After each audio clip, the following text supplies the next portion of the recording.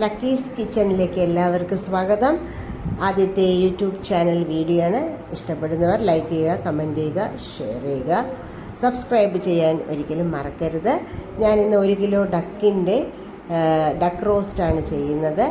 ആദ്യമായിട്ട് നമ്മൾ ചട്ടി വെച്ചിട്ട് അതിൽ 1 കിലോ ഡക്കിട്ടു, വെളുത്തുള്ളി ചതച്ചിട്ടു, ചെറിയ ഉള്ളി അരിഞ്ഞിട്ടു, കുറച്ച് കോക്കനട്ട് ഓയിൽ ഒഴിച്ച് നന്നായിട്ട് ഉപ്പും ഇട്ട് നമ്മൾ അടച്ചു വയ്ക്കുകയാണ്. ഇനി അടുത്തതായിട്ട് നമ്മൾ ഇപ്പുറത്തെ സൈഡിൽ ചീനിച്ചട്ടി വെച്ചിട്ട് വീണ്ടും കുറച്ച് ചെറിയ ഉള്ളിയും കുറച്ച് മല്ലിപ്പൊടിയും മുളക് പൊടിയും ഗരം മസാലയും കൂടെ ഇട്ടിട്ട് നന്നായിട്ട് നമ്മൾ വശക്കിയെടുക്കുക. കോക്കനട്ട് ഓയിലും കൂടെ ആവശ്യത്തിന് ഒഴിച്ചിട്ട് നമ്മൾ നന്നായിട്ട് റോസ്റ്റ് ചെയ്യുക. ആ ഉള്ളിയും മുളകും മല്ലിയും എല്ലാം കൂടെ നന്നായിട്ട് റോസ്റ്റ് ചെയ്ത് ഗരം മസാലയും ഒക്കെ ഇട്ടിട്ട് നല്ല റോസ്റ്റ് ചെയ്ത് എടുക്കുക. ആ സമയത്ത് അപ്പുറത്ത് ഡക്ക് വേവുന്നുണ്ടായിരിക്കും. താറാവ് നന്നായിട്ട് വെന്ത് വരും. അപ്പോൾ ഇതും കൂടെ നമ്മൾ ഇപ്പുറത്തെ സൈഡിൽ വെച്ചിട്ട് നമ്മൾ നന്നായിട്ട് ഇളക്കി കൊടുക്കുക. അപ്പോൾ അതിൻ്റെ കളറൊക്കെ ഇങ്ങനെ മാറി മാറി വരുന്നതായിട്ട് നമുക്ക് കാണാൻ സാധിക്കും.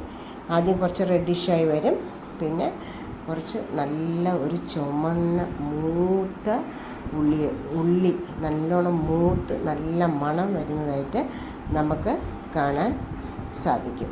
കഴിഞ്ഞ് അപ്പുറത്തേക്ക് നമ്മൾ പതുക്കെ നോക്കാം. അപ്പോഴേ ഡക്ക് തുറന്നു നോക്കിയപ്പോൾ അത് നന്നായിട്ട് വെന്ത് ചുരുങ്ങി അതിൽ നിന്ന് ആവശ്യത്തിനുള്ള വെള്ളമൊക്കെ ഊറി വന്നിട്ടുണ്ട്.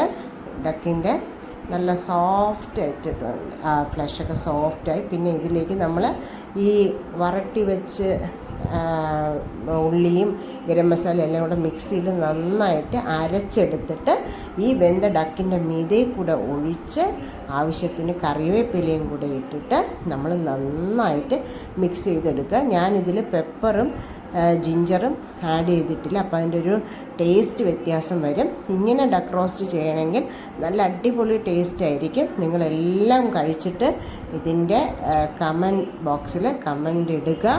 ഈ ഡക്ക് റോസ്റ്റ് എല്ലാ ഫുഡിൻ്റെ കൂടെയും കഴിക്കാൻ സാധിക്കും. ഡക്ക് നന്നായിട്ട് റോസ്റ്റായി വന്നിട്ടുണ്ട്.